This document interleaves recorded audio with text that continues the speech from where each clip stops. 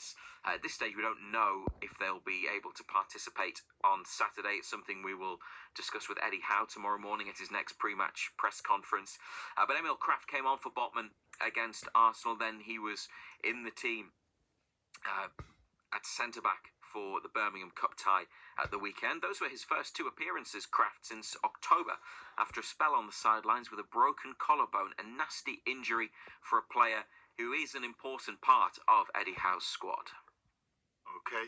Oh, yeah. Press that button. Oh, yeah, sorry, I'd forgotten there was a clip. Hang on. Here we go. Crafty, when he got injured, which was a real blow for us, I think his scheduled return date was, I think, something along the lines of 10 to 12 weeks. I think he ended up coming back 7 to 8. And again, a testament to his professionalism, his character. He was determined to make himself available. We wanted to protect him because we didn't want him to come back too early. Wanted to make sure his injury had totally healed, so we've given him a little bit more time. But he's been excellent behind the scenes. He's just a real good character to have in the squad. A really consistent guy. He's always there and dependable and ready if you need him. And he came on the other night and I thought he was really, really good in a pressurised situation. So yeah, I'd say he's looked really good physically. I mean, the type of injury that he had meant that he could continue running really for the majority of the time that he was out. So fitness-wise, he's absolutely fine. Yeah, he's exactly that, isn't he, Ollie? Someone that you can rely on, Emil Kraft. He will eventually, I imagine, get frustrated without the game time that he wants. But at the moment, he's a great player to have to bring in when needed. He's a very honest player. He works hard. He's very competitive. You know, he plays out of his skins for the club and for Eddie Howe. You know, every game he's played, he's had a A+. You know, he's a player that gave everything. So having him in the squad, it's a lift. Yes, he has been injured, but you know, every time you ask to see him and want to see him playing, you know, he would always play for the club and the manager. Yes, a very reliable player and a very good player as well. Perhaps sometimes underestimated. I think he's someone that the club, the manager, his teammates and fans like to see do well because they see all of those things that Ollie's just talked about. And it wasn't the easiest start for Kraft at Newcastle under Steve Bruce, but since Eddie Howe came in and has used him either at right back, at centre back in a 4, sometimes, occasionally, if they've had an extra defender in there in the middle, he's shown that he can be versatile and play with high quality. And he had the really bad injury, the ACL injury, 2 seasons ago. So he lost a lot of time in his career. It's good to see him back. Another bad injury this year, but he can play an important part over the next few weeks and months. And it very much depends on the situation with Botman and Byrne. Newcastle have been pretty... I think there's been plenty of cover, plenty of options at centre-back. Jamal Lascelles is still making his way back to fitness after his ACL injury from last March. But if they do lose 2 players for any length of time, then they will obviously be lighter. So it's good that Kraft is available and ready to play. Now then, shall we talk about semi-automated offside technology? Do you want to talk about that, Olivier? Because we're going to... Wow. Yes. It's going to be... Well, let's give you a bit of background, and then you can comment on it. Because it's going to be used, Razor, isn't it, in the 5th round of the FA Cup?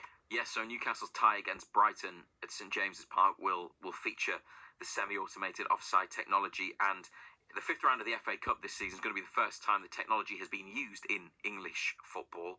It'll be in operation in the 7 FA Cup ties that are being played at Premier League stadiums, but not the one that isn't. More on that in a moment. The Football Association says this semi-automated offside technology will provide a more efficient placement of the virtual offside line based on optical player tracking and produce virtual graphics to ensure an enhanced in-stadium and broadcast experience for supporters. They also said the operation of semi-automated offside technology does not change the accuracy of the decision-making, but enhances the speed and efficiency of the process. And the FA added, following successful live operation in the FA Cup, the Premier League will look to implement the system later this season.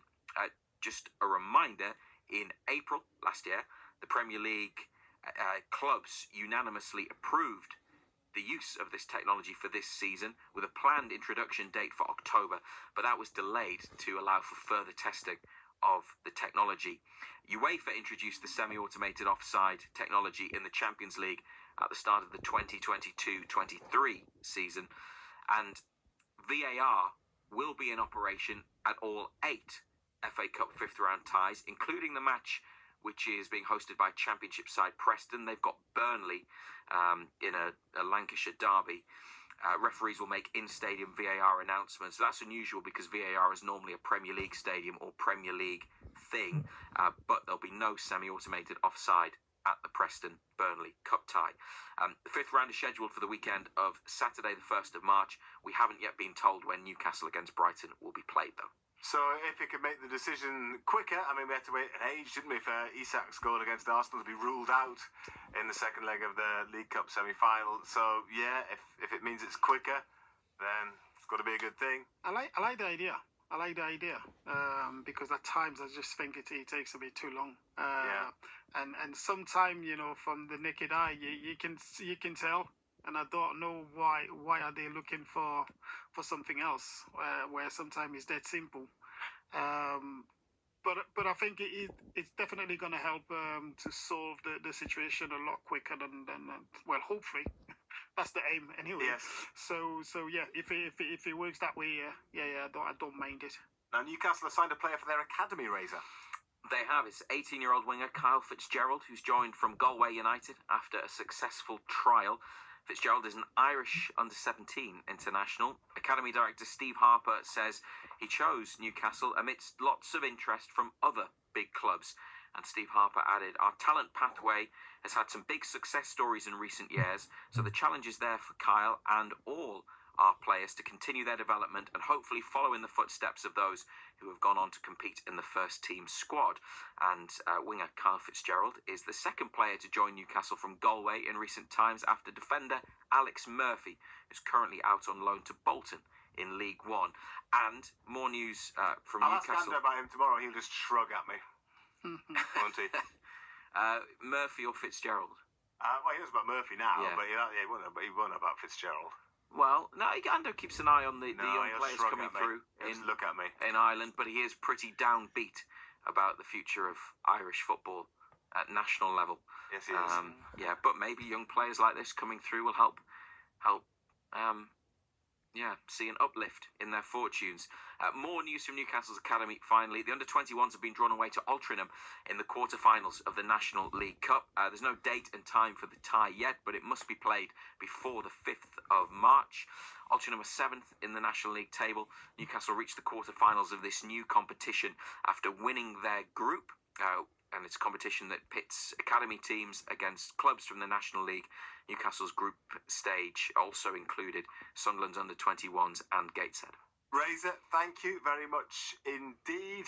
Lots to talk about tonight then. We have given you the lowdown on both Sunderland after their victory last night and Newcastle United, about whom there are lots of things to talk as well, and lots of messages coming in as well. So yeah, send us a message, or better still, give us a call.